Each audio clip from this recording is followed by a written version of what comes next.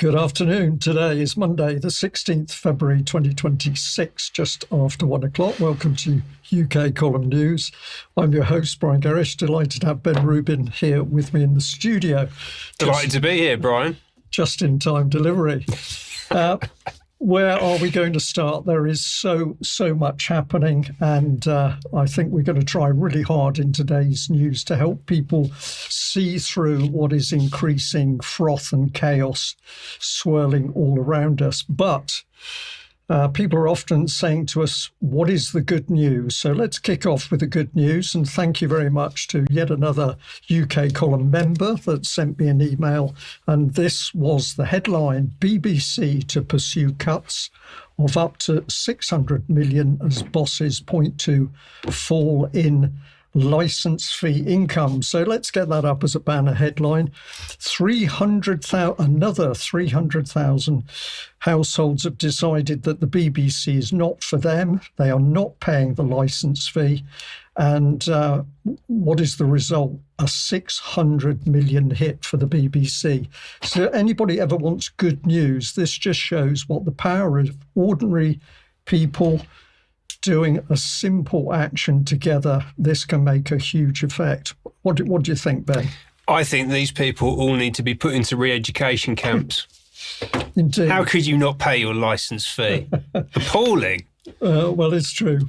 But we got a result there, so we'll kick off today's news with that and let you think about it. Now, we're going to get straight back into the subject of Epstein because this is where a huge amount of the froth and turbulence is. BBC headline here: Bondi criticised after saying all Epstein files have been released. This clearly is not true, because within the Department of Justice itself, it acknowledged that this second release was not going to be all the files. But let's have a look at what the BBC actually said in that article, if we pop that one back on screen. So it gives names: Donald Trump, Bill Gates, Andrew Mountbatten Windsor, and Bill Clinton are included in the list. All had documented past relationships with Epstein and Maxwell. And then, of course, what everybody has to say, including the UK column: there's no suggestion that appearing in the documents implies any wrongdoing, and each has denied any involvement in Epstein's war crimes. But look at this, shock horror. The list also includes the names of deceased musicians Janis Joplin and Elvis Presley. So the BBC getting really excited here, because they can now, I'm going to use the word, smear the lists, smear the horror of what was actually done to young women, demonstrated by the Epstein releases. The BBC is going to bring in Janis Joplin, tremendously important, and Elvis Presley. It is quite astonishing what the BBC is prepared to do. And maybe it's such a good thing that 300,000 households have decided they're going to switch off. Now, let's just compare what the BBC has been doing with the Daily Mail, because the Daily Mail seems to be blowing hot and cold. So we've got a front page here, and I've said that the Daily Mail is blurring the importance of Epstein with dross over Lisa and Ant and a reunion to grieve their beloved dog. That's the real headline to grab people's attention. And then under Epstein, it's so what are the police waiting for? And that's the focus absolutely on Prince Andrew. And then, of course, you've got more low-grade stuff on the Winter Olympics, all put in juxtaposition on a front page, which is going to confuse people's minds. Let's bring up another Daily Mail report. This one's got more substance in it. Sorry, here we are. Let's bring that one up. And so this is actually talking about the Epstein files with a lot of emotional music. But you noticed in the image that they choose to use, there's a teddy bear. So is this some sort of crude reflection that it was young women who were being abused? Or is somebody with a sort of sick sense of humour about what the Epstein affair is really about. Now, of course, we don't know, but this is a common theme of many of the press editions in UK when they do this sort of thing. Now, having said that, credit to the Daily Mail, because the Daily Mail has had the courage to actually bring up, you won't be able to see these names on screen. We'll make sure that you can actually find the Daily Mail article in the show notes. But here is the list of the names as released by Pam Bondi. And now we can see, of course, that this involves a huge number of people, very, very powerful people in the political circles, in business, and in between, and much greater than simply Andrew. But what the documents don't do in the release from the United States is actually give some basic details as to who these people are and what their significance is. Nevertheless, the fact their names have come out does allow people to go back into the Department of Justice database to search each and every one of those names to see what's really being said about them. Now, how do we describe what's happening? There's this release of millions of documents. There is the press swirling around. There's the public. There's bloggers. There's analytical channels on YouTube. What we now have is an absolute froth around the Epstein case. And what we can't see is if there's any police investigation actually taking place, whether it's in the UK side or the US side. So let's bring a little video on screen. It is silent. I'll talk you through it, but this is the best that UK Column could do to describe what we've actually got happening here. So this is a feeding frenzy. It would be a feeding frenzy if the seals could get hold of the herring, but they're having trouble. So let's bring this on screen and just play this little clip through, because if it'll run for us, what we see is the body politics and the public represented by the seals. They're desperately trying to get the froth, the shoal of the Epstein files, but every time it moves away from them. So you've got chaos and confusion as the public and the press and politics are feeding or trying to feed on the Epstein files. Meanwhile, those fish, the evidence within those files gets away. So for me, as I've tried to get to grips with what this release of the Epstein material is all about, you see that the more the frenzy is around it, the less there's any real police or FBI action to investigate the original crimes. That's certainly the case. And also, very little focus on the serious implications for the establishment policy agenda, I would say. So there's two names that jumped out at me that I couldn't actually see on that list that you put up a moment ago that are in the files, because I saw them over the weekend. And there was a dinner hosted back in, I believe it was 2010, which had Len Blavatnik attending and also Michael Bloomberg. Len Blavatnik is the funder of the Blavatnik School of Government at the University of Oxford, which is basically training the current managerial class in British and international politics, as well as he funded the extension of the Tate Modern building, which is where Keir Starmer chose to hold the electoral victory party after the general election. When Starmer was voted in as Prime Minister, they held it at the Blavatnik building at the Tate. And also Michael Bloomberg, who is the primary funder of C40 Cities, which is Sadiq Khan's actual job. He's not really the Mayor of London. He's the co-president or co-chief executive of C40 Cities. And Michael Bloomberg has also put enormous amounts of money into the Earthshot Prize, which is Prince William's international vehicle for progressing his climate agenda. Yeah. Right. So, and actually, there's a lot of links into things like impact investment that we've spoken about previously, and even into the SDGs, the Sustainable Development Goals themselves. So the people that have been formulating those and progressing them are named in the files, but they don't want to talk about that. They just want to talk about Prince Andrew and a bit of Trump and a couple of other things, but just headlines. Deliberately so. Deliberately so. Yeah. Now, just for one example, we're limited in the amount of time we've got in the news, but we're going to bring up one of the released emails. Let's put this one up on screen. If we can just expand it a bit. So these are released from the FBI themselves. It then says, re Clinton, in the main SS, there was mention of an orgy with Tony Blair. Can you cut and paste that? Now, remember that whatever's said in any of these documents does not mean anybody has done anything. We are focusing on what the FBI have actually been saying. And if we bring more on screen, then we can see a whole list of names. We've got Trump, we've got Weinstein, we've got Prince Andrew, we've got Glenn Dublin, Jez Stately, and Leon Black dropping off the end of the screen here. But there's some really serious things about here to do with abuse and rough sex. And at the moment, is anybody investigating possible crimes carried out here? We simply don't know, because it's gone into that froth that we can't see through.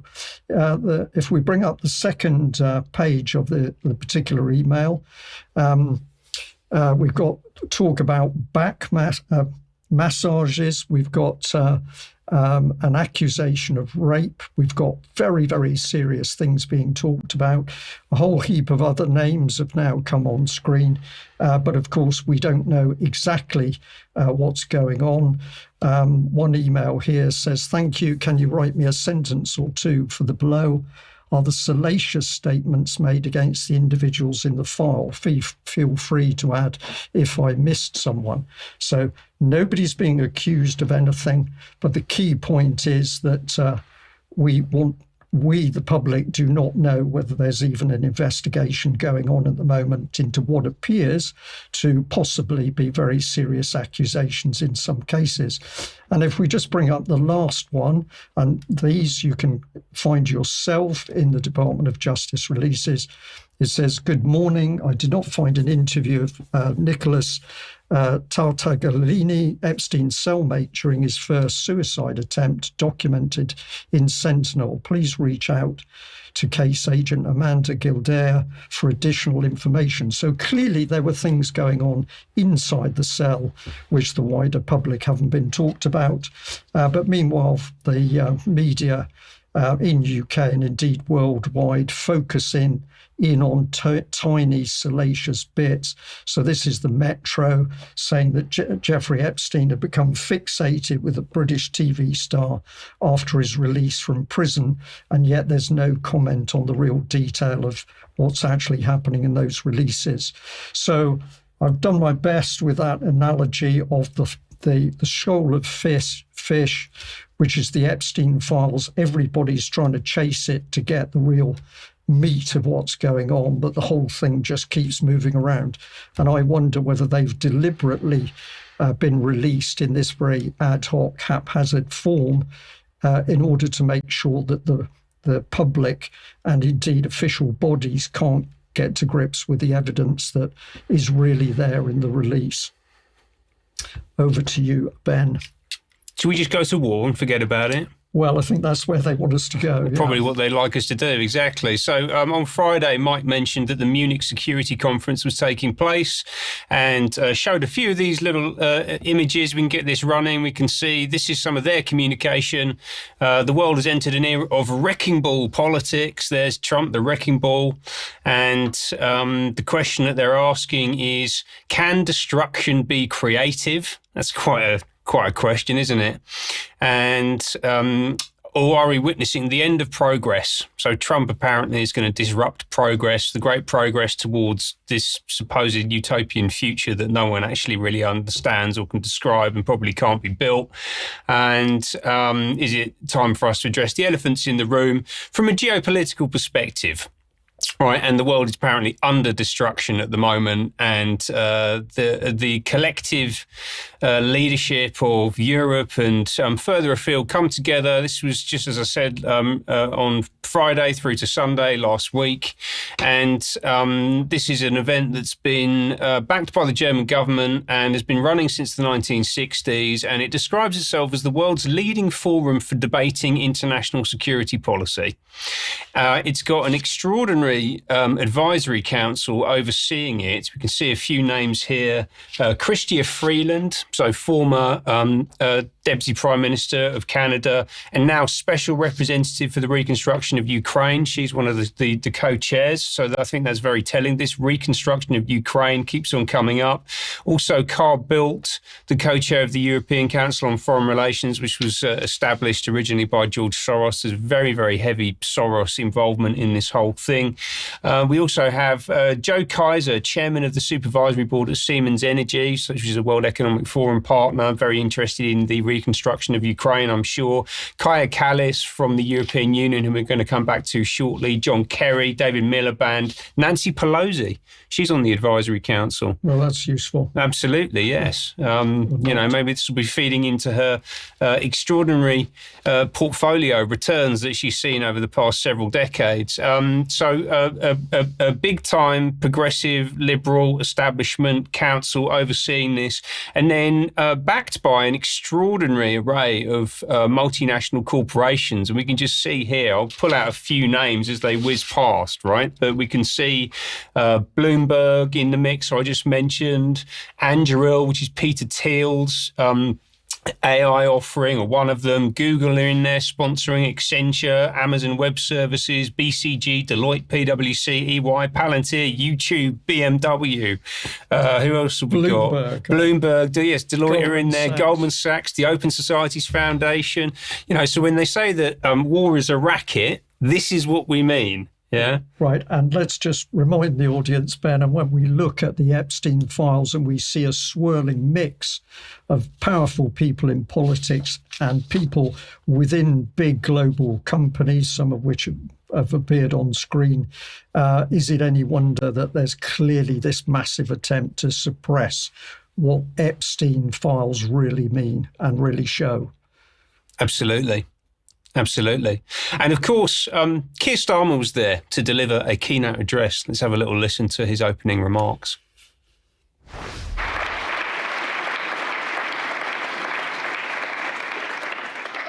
Ursula, thank you for that presentation. It's always a real pleasure to follow you on this stage as we work ever more closely together. Ladies and gentlemen, for many years, for most people in the United Kingdom, war has been remote, something that concerns us deeply, but which happens far away. But now we feel the solidity of peace, the very ground that we stand on, softening under our feet. It is the job of leaders to be ahead of these seismic shifts. Yet that is against the grain of history. Time and again, leaders have looked the other way, only rearming when disaster is upon them. This time must be different. So we've got to get ahead of history and rearm now. Or follow Hitler, who rearmed in order to start the war. Yes, well, maybe he's appealing to Hitler. Maybe that's what Starmer's going for, because apparently there is an inevitable conflict with Russia on the horizon. The whole of Europe is going to come into a state of conflict, open war with Russia at some point between now and the end of the decade. It's kind of presented as this inevitability.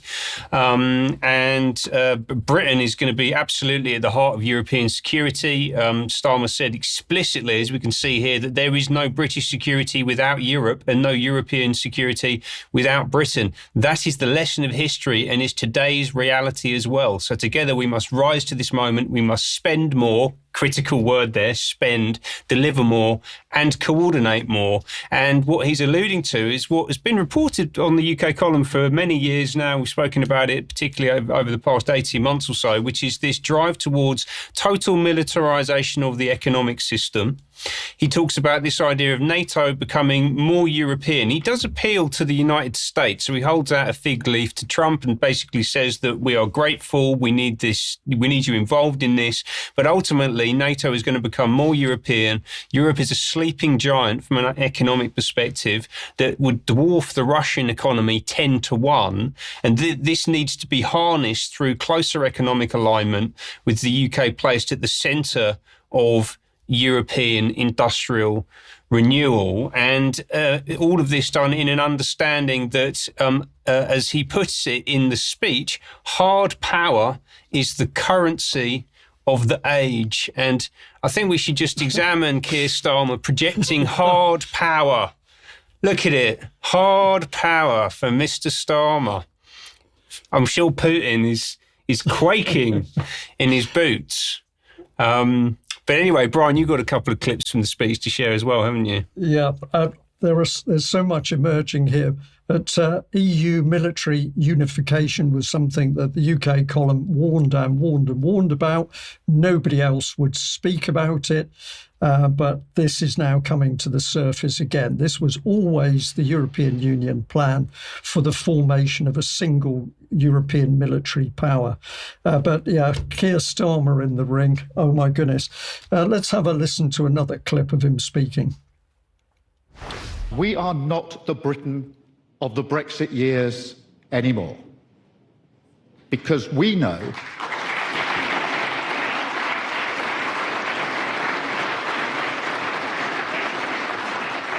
and that is because we know that in a dangerous world, we would not take control by turning inward. We would surrender it. And I won't let that happen. And that's why I devote time as Prime Minister to Britain's leadership on the world stage. And that's why I'm here today. Because I am clear, there is no British security without Europe, and no European security without Britain. That is the lesson of history, and is today's reality as well. So there we are, very interesting little clip. We won't take control by turning inwards. Well, we would be taking control if we turned inwards, so that our own parliament was making the core decisions to protect the nation state. But of course, Starmer has said very clearly to the BBC that Davos to him is more important than Westminster. So we've got a Prime Minister absolutely will not tell the truth to the nation about what he's doing. And then, of course, Britain dependent on the European Union, because we've given away our military industrial base to build what is needed to defend the nation. And I know there'll be some of our viewers and listeners thinking, yeah, but we don't want more war, but we're heading towards war, even on the basis that we can't protect ourselves because that potential has been given away. Meanwhile, we have utter chaos now emerging between NATO and the European Union.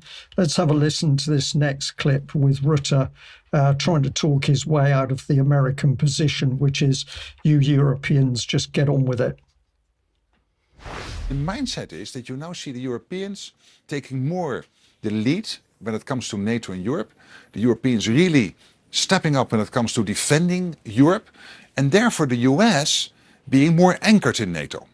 Because finally we are dealing with what they wanted us to deal with, the Europeans, and that was spending more and taking more of the leadership role. For NATO to be strong, you need a strong European pillar. Nobody wants to break the bond with the United States. There's nobody who really wants that. You want to maintain that relationship, because for the United States to stay stable and strong and secure, they need NATO, because they need a strong and secure Europe, they need a strong and secure Arctic, they need a strong and secure Atlantic. For the US, for its own safety and security. So either this man is living his own illusion, or he is a complete idiot, because the Americans do not need Europe in the way that he's suggesting. This is utter desperation now that Trump has pointed a finger at Europe and said, basically, you get on with it. And Rutte, on one hand, now is left alienated by the Americans, and clearly he's desperate. And on the other hand, as we'll see in a minute, we've basically got the fight between NATO and this EU military unification. I don't know whether you picked up in that little video clip, Ben, but he mentioned the word pillar. And of course, this comes back to Mike Robinson's reporting from many years ago on the creation, or the attempted creation, of the EU military unification project, which was based on so many pillars that had to be put in place. So let's come on to the boss herself, Ursula von der Leyen, and see what she had to say.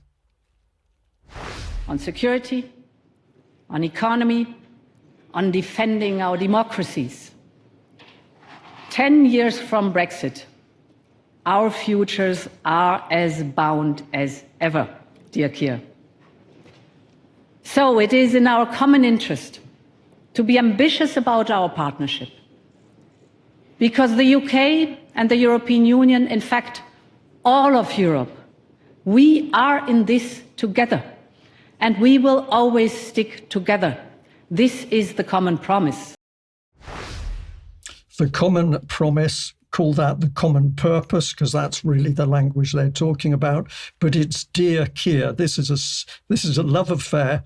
But I think if I put Ursula von der Leyen in the ring with Keir Starmer, I think the lady would come out on top.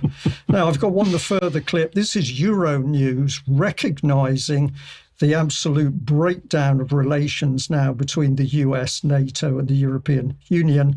And of course, Zelensky's in the mix because he's there in Eastern Europe, stirring the pot for continued war with the Russians. But let's have a little listen.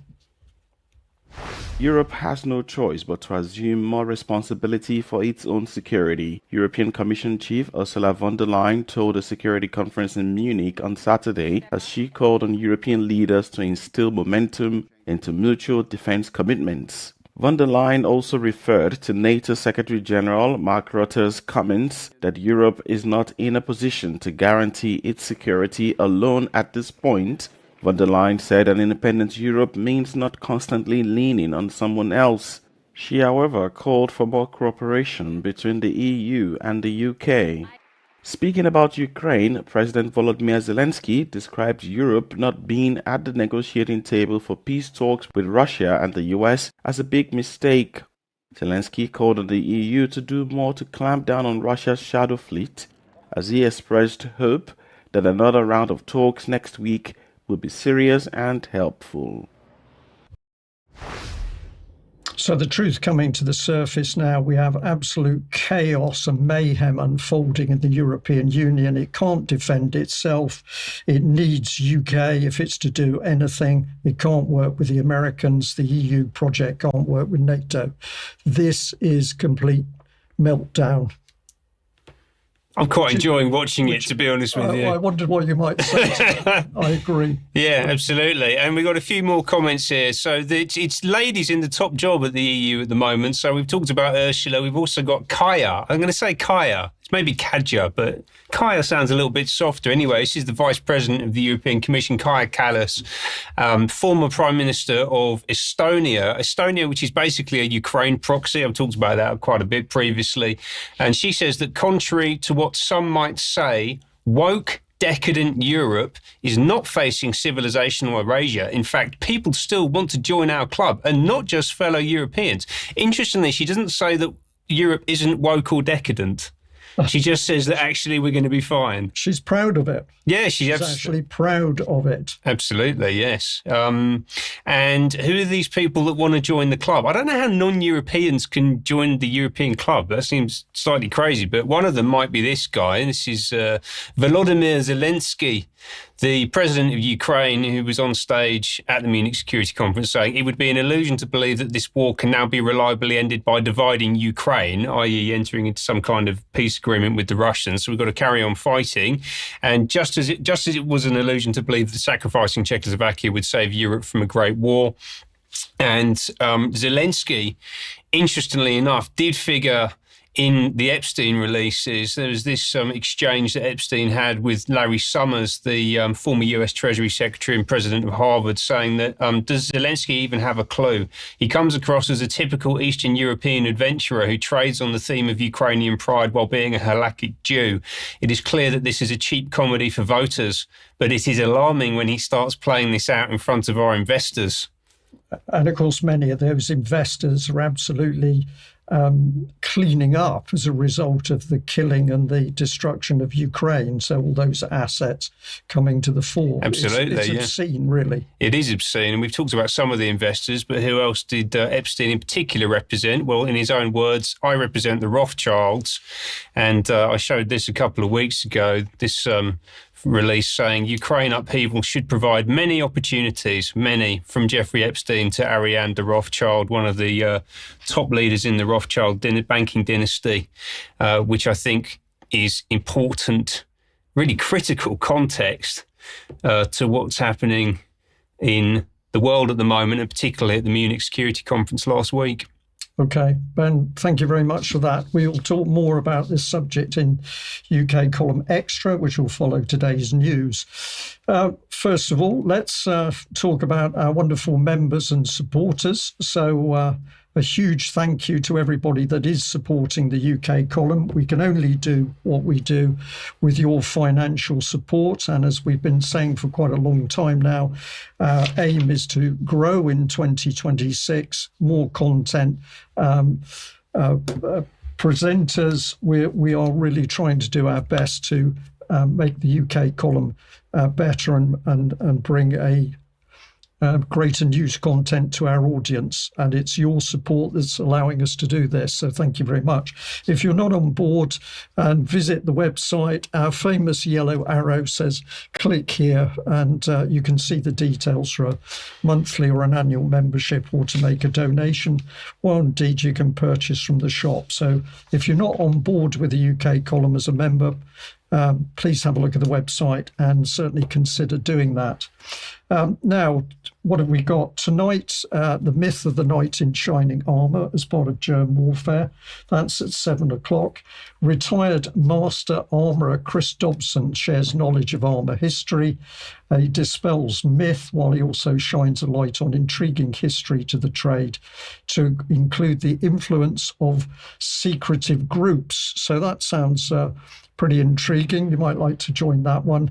And also tonight at, where are we, at 9:00, we've got Carl Jarre with Dr. Warwick Powell, and they're going to be discussing a fortnight of turbulent affairs to include the sentencing of Jimmy Lai, moral devastation realised from Epstein file releases, and Japan's snap election. Also, just like to remind people that on the UK Column website is the upload of Mike Robinson and Charles Mallett's chat with Germ about China. So a lot of detail about China and why the team went to visit, and what we are learning out of that visit, and other links through to China. And we're also talking a little bit about trouble and strife within what could be described as the new media movement. But have a look at that report and you will learn more. We've also, on Tuesday at 1 p.m, that's tomorrow, in fact, got Military Matters coming out, where I've had another discussion with Charles Mallett about current military events and policy, and reflecting also back against what we can see happening in the military over time. This was a really enjoyable chat between the two of us. So if you haven't seen one of those before, get on board tomorrow at 1 p.m. And obviously it will be up on UK Column website shortly after that. Now, amongst Epstein and around Epstein, we've got this increasing breakdown and chaos in UK. I've just got a few little slides here to show people the sorts of things that come into the UK column. We are looking at what our members are saying alongside what we're reporting from bigger media organisations and indeed our own research. But this one was of interest. It came in from Alan, and it was pointing to me to a YouTube clip where a local councillor, a lady, was proudly boasting that on Valentine's Day, or prior to, she had produced some Valentine cards with her daughter, and they were then handing them out at the migrant camp at Crowborough on Saturday the 14th. And I thought to myself, my goodness, can you imagine that somebody is handing out with a daughter Valentine cards into a camp, the completely different culture for many people? What is this? Crass stupidity or ignorance or misplaced altruism? How do you rate it, Ben? What's that term that people use? Toxic empathy. Okay, we'll stick with that. It feels like. If we pop that one back on screen, I just want to bring something in over the top. Here's a Telegraph article. Small boat migrants awarded 210,000 after border agents seized their mobile phones. So a whole lot of migrants came into the country, and what happens is their phones were taken, as often happens to many people. But in this case, that results in 210,000 of compensation. And of course, once again, what the Telegraph is cleverly doing is bringing people's attention to the relatively tiny number of people who come in by rubber boats and ignores the problem of the Tony Blair in his day and there onwards, the permitted huge numbers of migrants coming into the country, which we can now see used to help destabilise and break down. That's not the fault of the migrants in the first instance, because they're being used. We've also got this one. Thank you very much for the person that identified this. This is from Declassified. And basically what this article is talking about is split loyalty, as it's emerged from Freedom of Information, that some 2,000 Brits joined the Israeli Defense Force in the horrors that went on in what many people call a massacre in Palestine. So we have people inside the country, they have split loyalty. Some of them have dual citizenship, and yet the wider body of the UK public has no idea who these people are and what their real agenda is. Are they here for the benefit of Israel, or are they here for the benefit of UK? We simply don't know. And that is, of course, why the UK column many years ago pointed out that when David Cameron said his loyalty to Israel was unshakable, it meant that we were left in the position of two masters. Which was it to be, UK or Israel? And of course, Cameron never really did explain what he was doing to the public. Now, another one that was sent in was Russia Today. UK Catholic Diocese seeks to settle 1,100 child sex abuse cases. There's already been $100 million paid out, apparently, to victims of abuse within the Catholic Church. This is in the States. But there's more to come. And of course, we're not seeing any coherent reporting across mainstream media. We've also got a grey zone report here. The spelling in Kincora was part of the original article, so I haven't changed it. There's an I missing in Kincora. But the key thing in this article is that it's talking about the clear fact that MI5, MI6 knew what was happening around the abuse of boys in Kincora home, and yet this was all covered up. And why is this so important? Well, it's important as we see it as the backdrop of the Epstein files.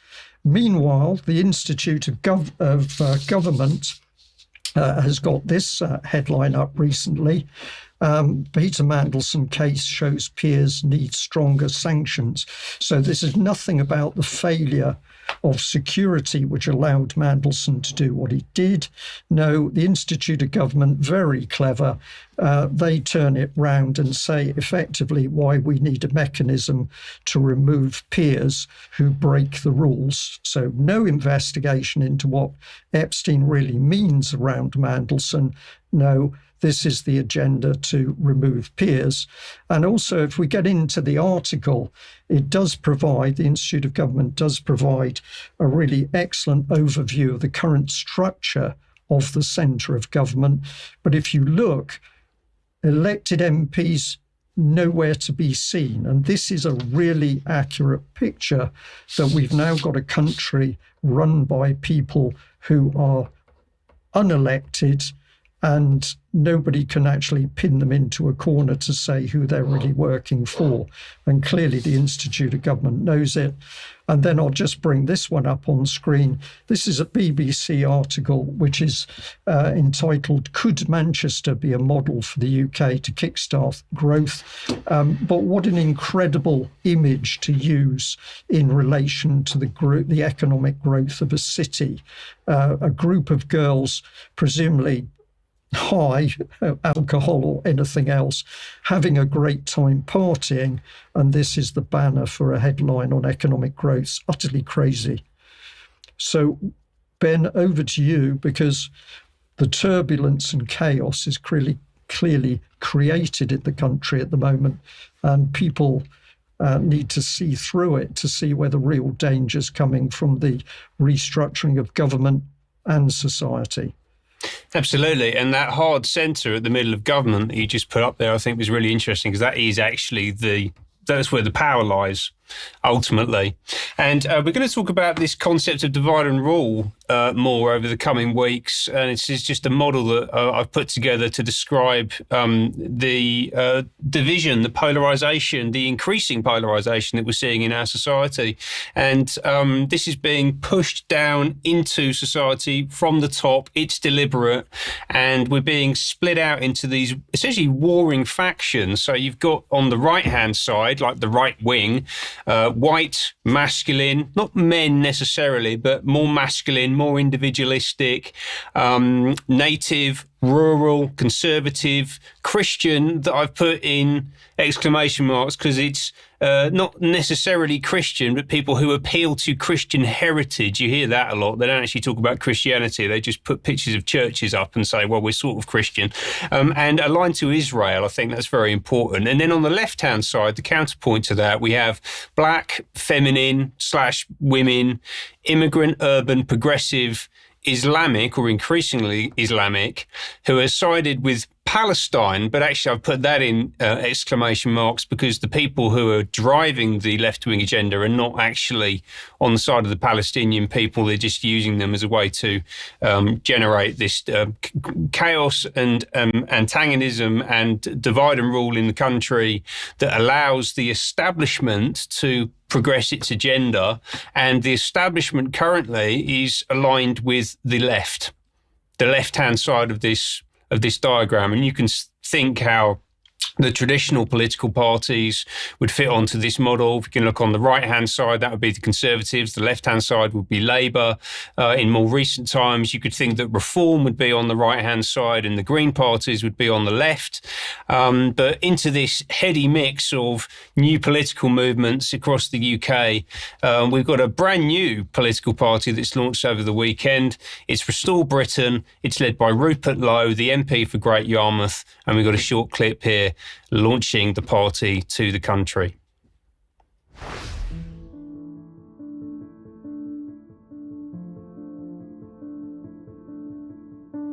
I have chosen to speak to you today from the farm because places like this represent what proper Britain is about.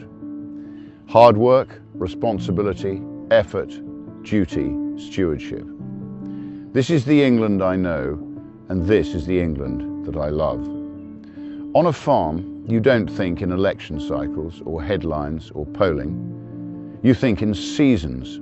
You think in generations, in what you leave behind to those who come after you. And that's why, here on the farm, I am now launching Restore Britain as a national political party. I'm now going to dedicate my life to finding, organising, funding, and providing hundreds of qualified candidates to present to the British people at the next general election.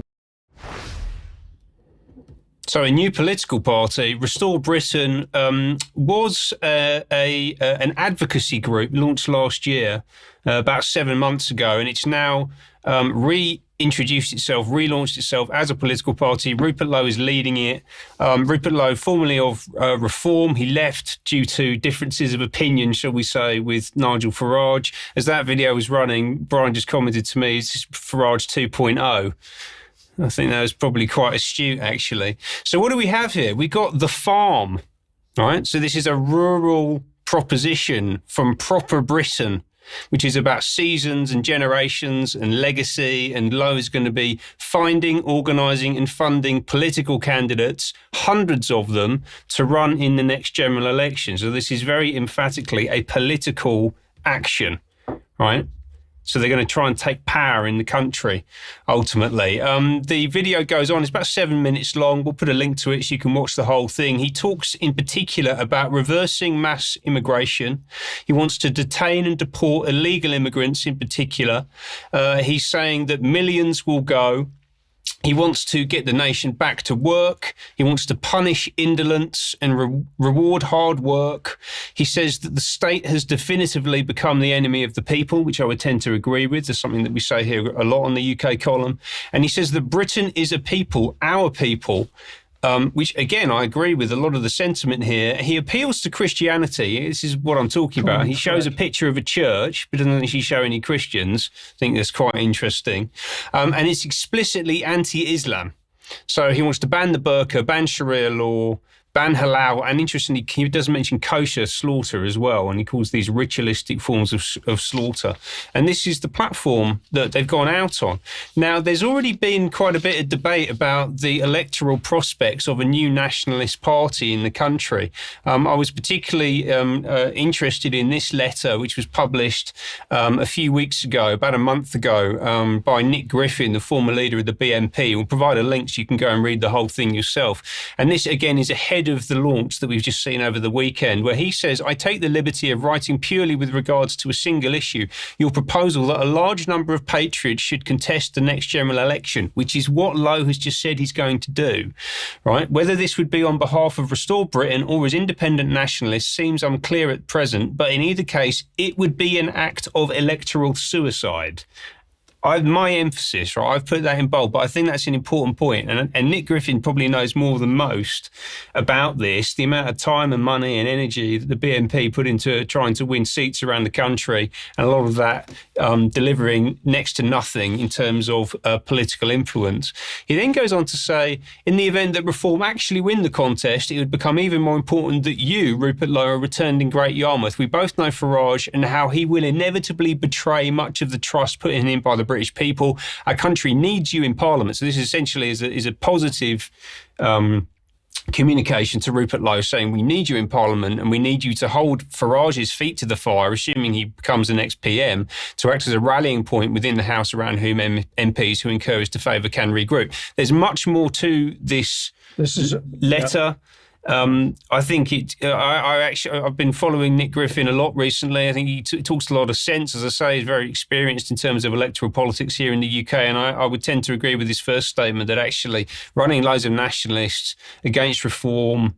We talked a lot recently about Reform and the fact that it's, essentially it's already begun to collapse with the introduction of all of these former Tory ministers and a lot of Farage's positions on anything from migration to economic policy.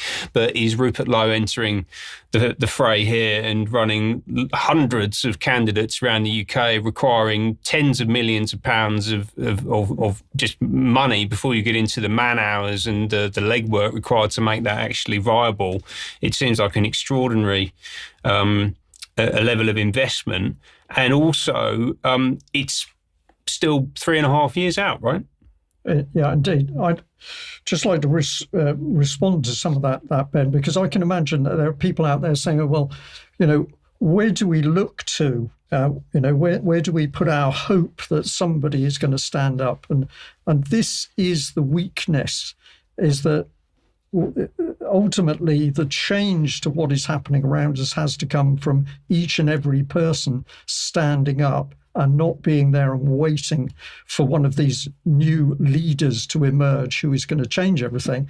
And the next thing for Mr. Lowe is, what is he actually talking about? Is he talking about the policies that have been used to destroy the country, where those policies have come from, who were the individuals who created the policy? No, we don't talk about any of that. We just use the emotive nationalistic terms in order to bring people to his banner, but he's not getting to grips with who's actually doing the damage in the country and why. And the other thing that many people are saying is a lot of support for his new, for Mr. Lowe and his new party coming in from Israel. And so what are we now dealing with? Are we dealing with a truly independent political initiative, or have we got more layers in the background? It's until these layers are brought to the surface and the public can see who is circling around trying to take power, we're never going to be able to deal with it. So in the first instance, the people who've got to make the change, it's us, it's inside ourselves. It's not sitting and waiting for somebody in a new political party to be able to, tackle what's happening. Yeah. Just felt the need to bring that in, Ben, because I think so many people, they don't want to get into the battle. They just want to sit and wait for somebody else to take the lead.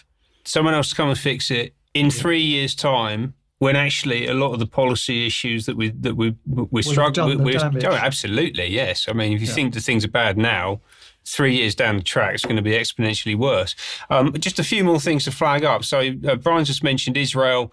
Lowe has made several statements very pro-Israel. This one from 2024 saying our cowardly government must find the courage to stand with Israel. We must support them however we can. So he's been on the record on this stuff.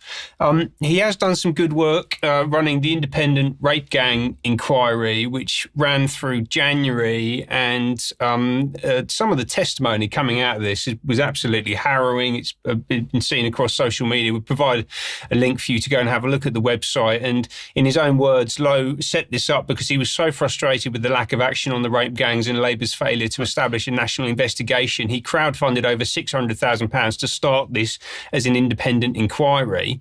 Now, I don't want to trivialise this in any sense. And we've spoken about the issue with rape gangs in the north of England extensively. I interviewed Raja Mir on this exact topic almost exactly a year ago. But I will say that this is a much bigger issue. It's not just about Islam. It's not just about men called Mohammed.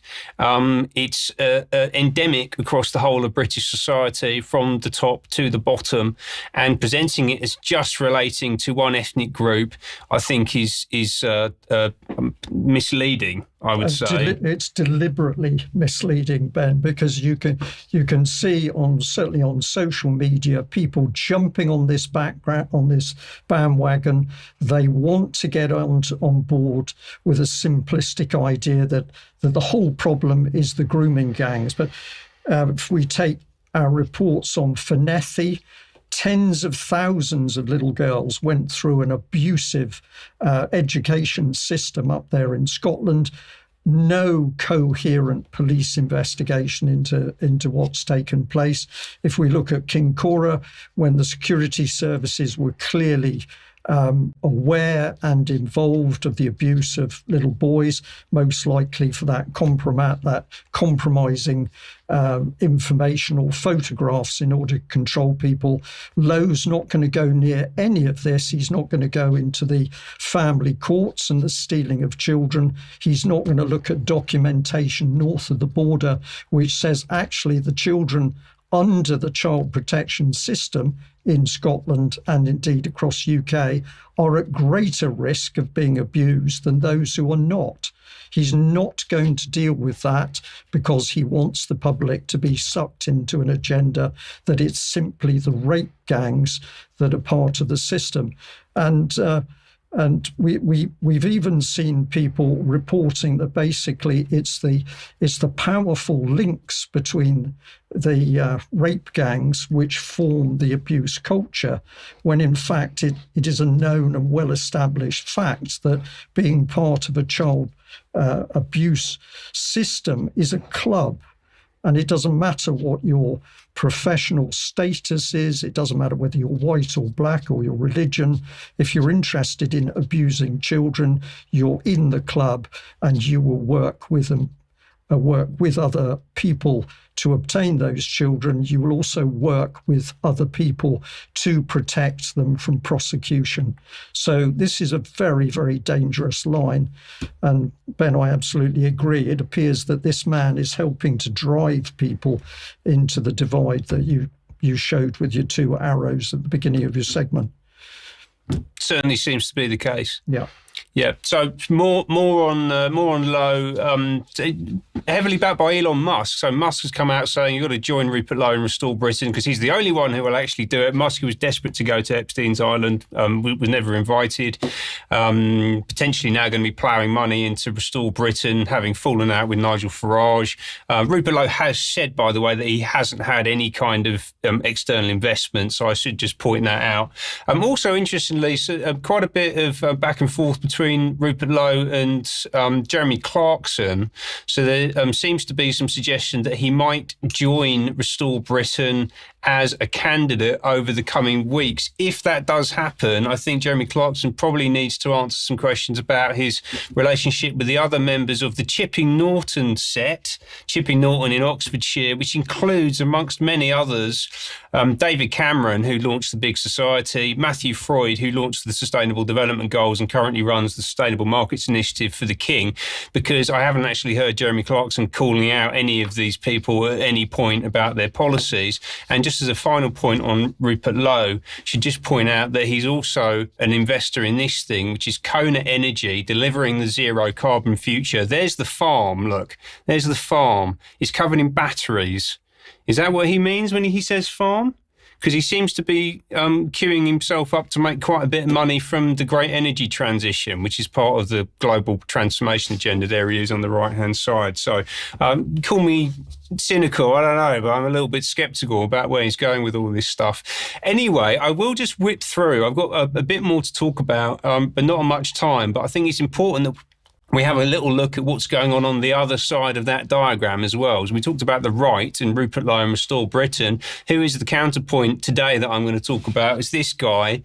It is our esteemed Mayor of London, Sadiq Khan, there on the right-hand side. And I've just got three things that he's been doing over the past 2 weeks to give you a sense of what the left is up to, right? So here he is on stage with Kunal Shah, the co-CEO of Goldman Sachs International. So these are the people that I think Sadiq Khan is really governing for in London. Just a coincidence. He accidentally walked through the door and sat down, and the guy was just sat there. Who knew? But and what else is Khan doing? So he just launched this thing, the You Are Loved and Wanted Here initiative. Yeah, so you think about the right v left diagram that I talked about before, the natives versus the immigrants. He is absolutely on the side of the immigrants, and it's all presented in this kind of feminine, caring, altruistic, empathetic manner. There are 30 of these things all around London, and this is backed by £1.8 million investment from the Mayor of London. He claims ownership of this. This is taxpayer money, but actually it's come from him. This is real tin pot dictator stuff that we're looking at here. What else has he been doing? He's been turning on the lights for Ramadan in central London. He's also been at the launch of the British Muslim Trust, which is a new organisation which has just launched in the past 2 weeks, which is about ending hatred and amplifying hope. Yeah, so what do we just... Hope is the danger. Yes. Hope does not actually take you anywhere. It doesn't actually do anything. Right. It's action is what people need, not the hope. Exactly. And we've just seen Rupert Lowe presenting child rape as a purely Islamic issue, and then the counterpoint to that is an increase in hate incidents that Sadiq Khan can get excited about. And you see there the tension between those two things creating this chaos and conflict in society. This is run by this lady who is this Akila Ahmed MBE. For too long, anti-Muslim hate has been under-recognised and under-reported. BMT exists to change that. So we've got to report this stuff more, basically, to create a narrative around it. And it's chaired by this guy, Shabir Andari, CBE, who says that tackling anti-Muslim hatred is essential to building safer, more inclusive communities. And this is the point about the establishment, because as you can see there, he's got a CBE, and he's also a trustee of the King's Trust International, which is overseen by Lloyd Dorfman, CBE, who used to run TravelX, really wealthy guy. And then you can see Shabir Randery, CBE, who's on the chair of the International Board of the King's Trust. And just, without labouring the point too much, the King is that guy. You see him there on the right-hand side? I felt you needed to say that in case people thought the King's Trust was some sort of other name. No, we're talking about the man himself. Exactly, that king. So he's backing Khan and this whole nexus on the left-hand side of this diagram. And I do like this quote from Aristotle, which is, "It is a mark of a tyrant to have men of foreign extraction rather than citizens as guests at table and companions, feeling that citizens are hostile, but strangers make no claim against him." I think that says quite a bit about old Charlie Boy. And then also, our friend Shabir Randery is also a trustee at the Windsor Leadership Group, which is based at Windsor Castle. So again, this is absolutely establishment with a bunch of other grandees, former BBC people. And this organisation was actually mentioned in this article from Martin Edwards from 2016, Leadership Training for a Common Purpose. The Windsor Leaders Group is referenced in this article, and actually common purpose, I think, is absolutely in the mix of this, which appears to be something that Rupert Lowe knows something about too. Let's just have a little listen to this final clip.